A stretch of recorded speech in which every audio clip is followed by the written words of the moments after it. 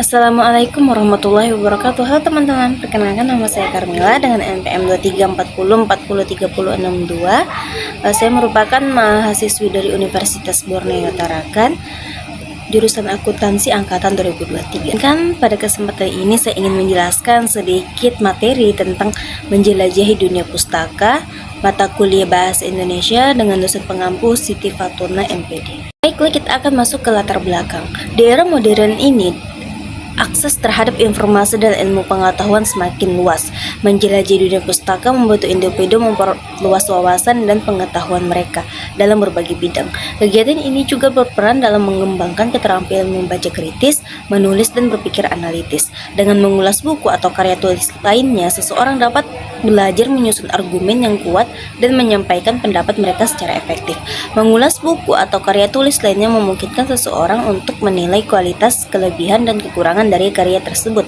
Hal ini penting untuk memberikan masukan yang konstruktif kepada penulis dan pembaca lainnya dalam memilih buku yang sesuai dengan kebutuhan mereka. Apa saja sih yang akan dibahas dalam materi menjelajahi dunia pustaka? Mari kita kaji.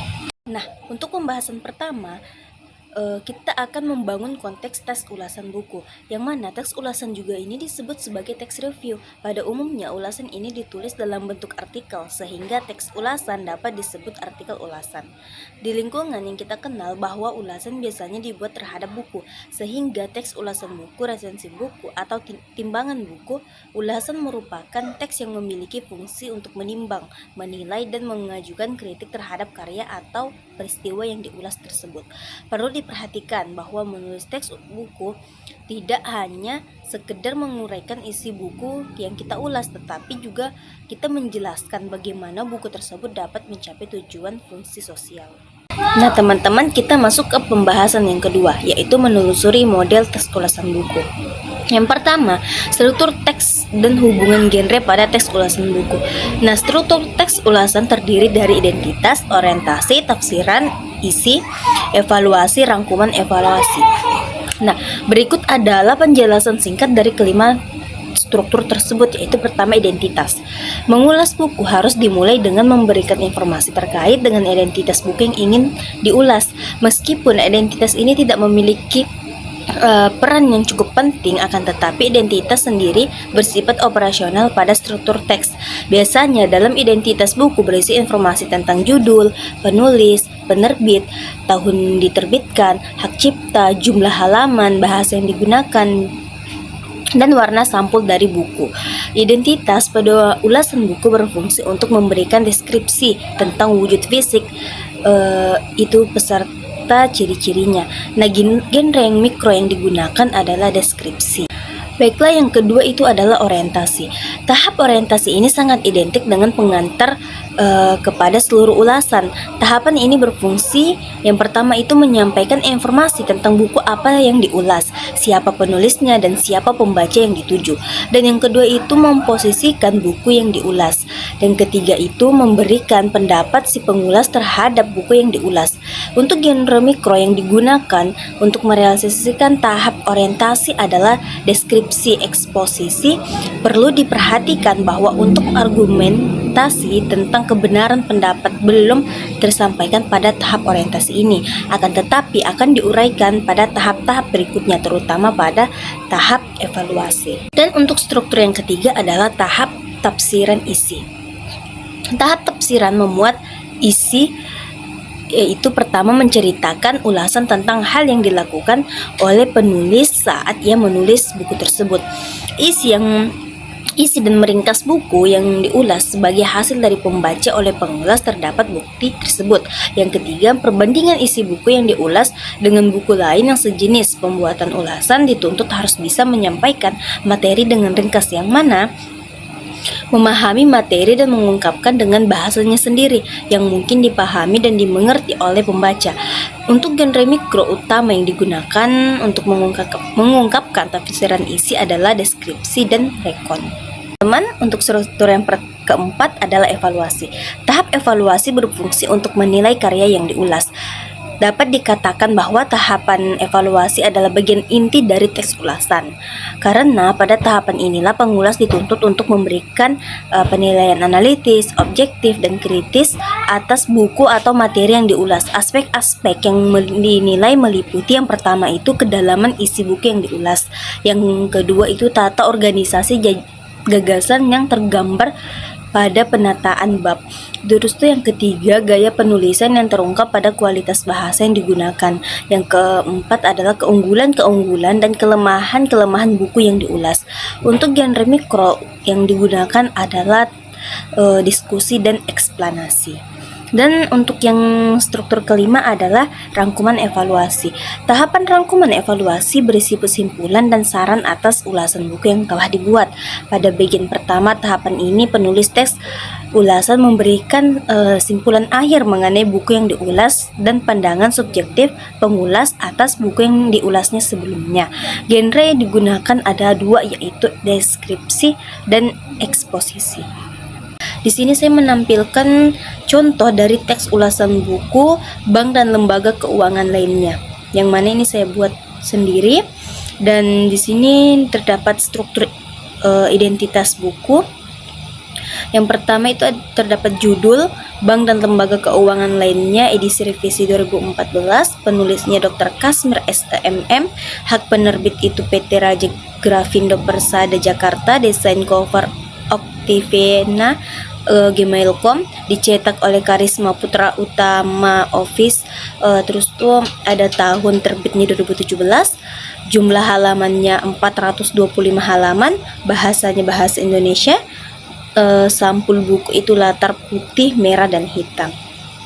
Untuk struktur orientasinya sendiri, yaitu buku ini ditulis oleh Kasmir, yaitu seorang dosen tetap di program Magister Manajemen MM Universitas Mercu Buana Jakarta dan juga aktif dalam mengajar di Magister Manajemen MM Universitas Negeri Jakarta UNJ, dan beliau juga bergabung menjadi Bank Mandiri Jakarta. Buku ini menambah pengetahuan tentang bank dan lembaga keuangan lainnya. Maka buku ini sangat cocok dijadikan sebagai bahan untuk pembelajaran karena membahas tentang selak-beluk lembaga keuangan secara lengkap dan mendalam, baik bank maupun non-bank. Buku ini juga membahas bagaimana praktik bank syariah, sehingga buku ini sangat cocok digunakan oleh siapa saja yang tertarik untuk mendalami lembaga keuangan, baik perbankan maupun lembaga keuangan lainnya, seperti asuransi, pegadaian, leasing, anjak piutang, koperasi, pinjaman, dan pensiun, modal, Ventura, kartu plastik, dan lembaga keuangan internasional. Buku ini cocok bagi praktisi keuangan perbankan, konsultan keuangan, dan para akademis lainnya.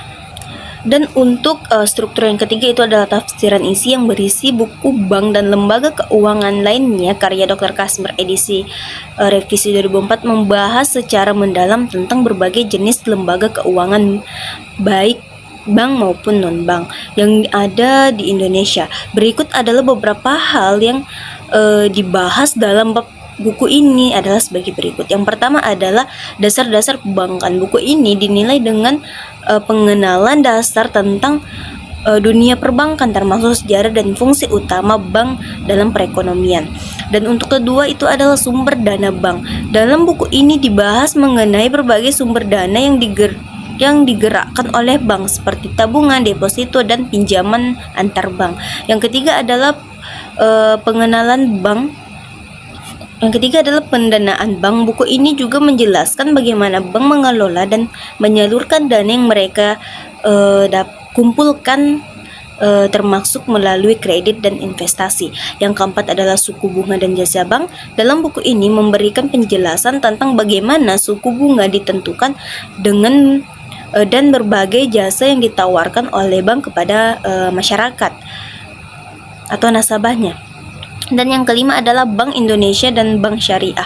Buku ini mencangkup peran Bank Indonesia sebagai bank sentral dan prinsip-prinsip dan praktik perbankan syariah. Yang keenam adalah pasar modal dan valuta asing. Terdapat pembahasan tentang pasar modal, instrumen keuangan yang diperdagangkan serta mekanisme dan pentingnya pasar valuta asing. Yang ketujuh adalah lembaga keuangan non-bank. Terdapat juga pembahasan lembaga keuangan non-bank seperti dana pensiun, perusahaan asuransi, dan lembaga pembiayaan lainnya. Yang ke-8 adalah Otoritas Jasa Keuangan atau OJK, menjelaskan tentang peran dan fungsi OJK dalam mengawasi dan mengatur industri keuangan di Indonesia. Yang ke-9 adalah studi kasus dan contoh perhitungan. Buku ini juga dilengkapi dengan studi kasus dan contoh perhitungan yang mudah dipahami seperti perhitungan tabungan, deposito, giro, kredit, bagi hasil dan valuta asing. Yang ke-10 adalah kesesuaian dengan perkembangan sekarang. Edisi revisi ini telah disesuaikan dengan perkembangan terbaru di dunia perbankan dan keuangan di Indonesia. Berikut ini kelebihan buku ini jika dibandingkan dari buku-buku bank dan lembaga keuangan lainnya yang saya baca, yaitu buku ini membahas secara lebih lengkap mengenai jenis lembaga keuangan khususnya di Indonesia yang ada. Di dalam buku ini juga memuat kajian yang berkaitan dengan undang-undang perbankan yang ada, dilengkapi dengan studi kasus seperti perhitungan tabungan, deposito, giro, kredit, bagi hasil, dan valuta asing yang cukup lengkap dan mudah dipahami oleh siapa saja. Buku ini juga dilengkapi dengan lampiran-lampiran tentang perubahan atas Undang-Undang Nomor 7 Tahun 1992 tentang perbankan. Menurut saya sendiri, buku ini memiliki kualitas yang sangat bagus sehingga buku ini dapat menjadi pegangan bagi siapa saja ingin mempelajarinya. Nah, untuk yang keempat itu adalah struktur evaluasi, yang mana dalam buku ini banyak sekali keunggulan yang ada di dalamnya. Misalnya salah satunya buku ini berisi teori yang didasarkan undang-undang tentang perbankan yang pasti sudah sangat relevan. Buku ini juga dilengkapi dengan berbagai contoh kasus sehingga akan memudah pembaca lebih paham, dan setiap akhir bab terdapat soal-soal yang menjadi bahan evaluasi dan diskusi bersama. Di samping itu juga buku ini sangat cocok bagi praktisi keuangan, konsultan akademis, dan siapa saja yang tertarik mengetahui dan mempelajari lebih dalam mengenai lembaga keuangan di Indonesia. Sejauh ini saya menggunakan dan menjadikan buku ini sebagai pegangan, dan dalam saya belajar saya tidak mendapatkan kelemahan yang ada pada buku ini. Dan untuk yang kelima adalah struktur rangkuman, yang mana diisinya adalah buku bank dan lembaga keuangan lainnya ciptaan Dr. Kasmir, sangat berguna dan sangat ideal bagi siapa saja ingin membacanya untuk memahami tentang bank dan lembaga keuangan yang bukan bank, baik dari segi teori, mudah dipahami, serta juga dengan berbagai studi kasus soal yang menjadi bahan diskusi. Teman-teman, itu saja yang dapat saya sampaikan pada kesempatan kali ini. Kurang dan lebihnya mohon dimaafkan. Assalamualaikum warahmatullahi wabarakatuh.